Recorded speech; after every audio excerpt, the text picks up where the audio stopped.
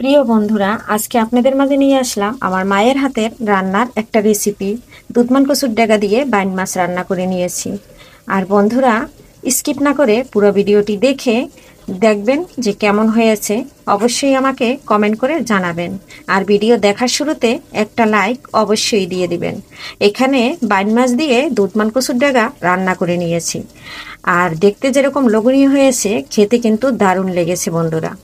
আর এই রেসিপিটা আমি মাঝে মাঝে রান্না করে খেয়ে থাকি।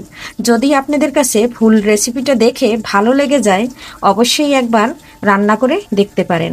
আর যদি বেশি ভালো লেগে যায়, তাহলে আত্মীয় স্বজনের কাছে, বন্ধু বান্ধবের কাছে শেয়ার করে দিতে পারেন। নমস্কার বন্ধুরা, আমি পাপড়ি কিচেন অ্যান্ড ব্লগ থেকে চলে আসলাম নতুন একটা রেসিপি নিয়ে। এখানে নিয়েছি দুধমান কচুর ডেগা কেটে, আর সাথে নিয়েছি বাইন মাছ কেটে। এখন এই বাইন মাছটা দিয়ে রান্না হবে। আর বন্ধুরা, মসজিদে কিন্তু আজান দিচ্ছে, এখন বাজে 5টা 6। সবাই একটু ক্ষমা সুন্দর দৃষ্টিতে দেখবে। এই টাইমে কিন্তু আমি রান্না করি ভোর 5টা 6।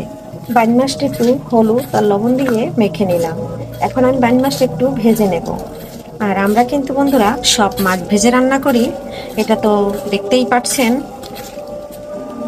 কড়াইতে তেল দিয়ে দিয়েছি, তেলটা গরম হয়ে গেছে। এখন আমি তেলের মধ্যে দিয়ে দিচ্ছি বাইন মাছ। বাইন মাছটা বেশি ভাজবো না, হালকা করে উল্টো পাল্টে ভেজে নেব। আর বন্ধুরা, বাহিরের সাউন্ড এবং বাহিরের নয়েজ অনেক কিছু আমার ভিডিওতে থাকে, যেহেতু আমি যখন রান্না করি তখন আজান দেয়, অনেকে কথা বলে। সবাই একটু ক্ষমা সুন্দর দৃষ্টিতে দেখবেন। আশা রাখছি ভালো লাগবে।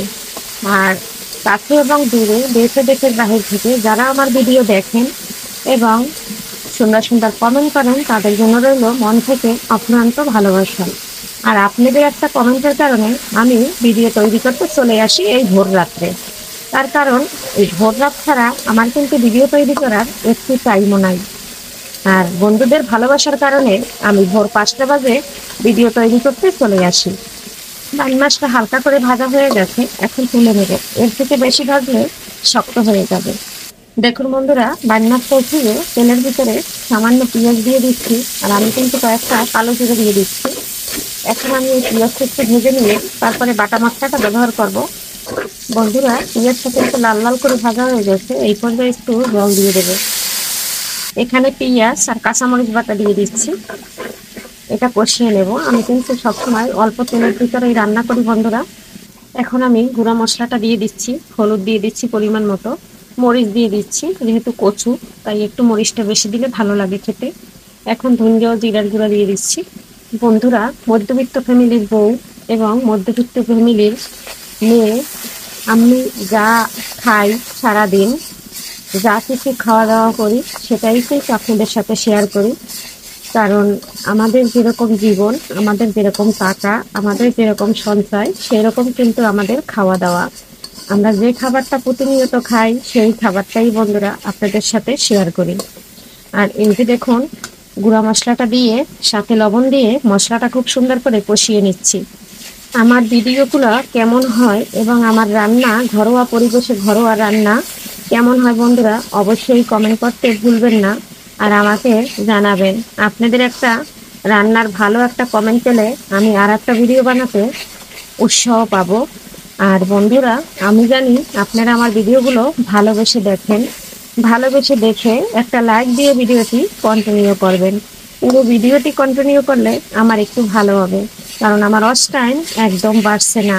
প্লিজ বন্ধুরা, ওয়াচ টাইম বাড়ার জন্য আমার সাথে থাকুন, পাশে থাকুন, আর ফুল ওয়াচ করে দিবেন। দেখতে পাচ্ছেন বন্ধুরা, তেলটা কিন্তু ভেসে উঠেছে আর খুব সুন্দর করে মশলাটা কষানো হয়ে গেছে। এই পর্যায়ে দিয়ে দেব কেটে রাখা, অনেকে বলে মৌলবি কচু, অনেকে বলে দুধ কচু, আমরাও বলি দুধমান কচু। তবে এক এক দেশে এক এক নাম, কোন দেশে কি নামে পরিচিত অবশ্যই জানাবেন। আমরা বলি দুধমান কচু। এই যে আমি মশলাটার সাথে খুব সুন্দর করে কষিয়ে নিচ্ছি। এখন একটা ঢাকনা দিয়ে ঢেকে কষিয়ে নেব 10 মিনিট। আমি কিন্তু বন্ধুরা সব রান্নাতে গরম জল ব্যবহার করি। নেড়ে ছেড়ে মশলাটা মিশিয়ে দিচ্ছি। এখন ঢাকনা চাপা দিয়ে ঢেকে কষিয়ে নেব। ঢাকনা দিয়ে দিয়েছি বন্ধুরা, ঢাকনাটা উল্টে একটু নেড়ে ছেড়ে দেবো। এই যে দেখুন বন্ধুরা, জলটা কিন্তু অনেকটা জল বের হয়েছে, শুকিয়ে আসছে। 10 মিনিট পরে চলে আসলাম। আর এই যে দেখুন আমার কচুর ডেগাটা কিন্তু একদম সিদ্ধ হয়ে গেছে। আমি আরো কিছুক্ষণ কষিয়ে নেব। এখন এই পর্যায়ে দিয়ে দেব মাছ। মাছ দিয়ে আমি আরো 5 মিনিট কষিয়ে নেব। মাছটা দিয়ে দিয়েছি, এখন একটু নেড়ে ফেড়ে আবারও ঢাকনা দিয়ে ঢেকে রাখবো 5 মিনিট।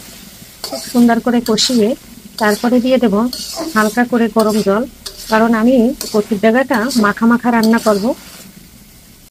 আবারও 5 মিনিট পরে চলে আসলাম। দেখেন তেলটা একদম ভেসে উঠেছে। এই পর্যায়ে কিন্তু আমার সম্পূর্ণ মাছ এবং কচুর ডাঁগাটা খুব সুন্দর করে কষানো হয়ে গেছে। এখানে কিন্তু কোনো প্রকার একটু জল নেই, আর আমি কিন্তু জলটা দিই নাই, যেহেতু কচুর ডেগা দিয়ে অনেকটা জল বের হয়, সেই জল থেকেই আমার কিন্তু একদম কষানো হয়ে গেছে। বন্ধুরা, এখন কিন্তু আমি গরম জলটা দিয়ে দিচ্ছি। আপনারা যদি ঝোল রাখেন জলটা বেশি দিতে পারেন। আমি একটু মাখা মাখা রান্না করব, জলের পরিমাণটা কম দিয়েছি।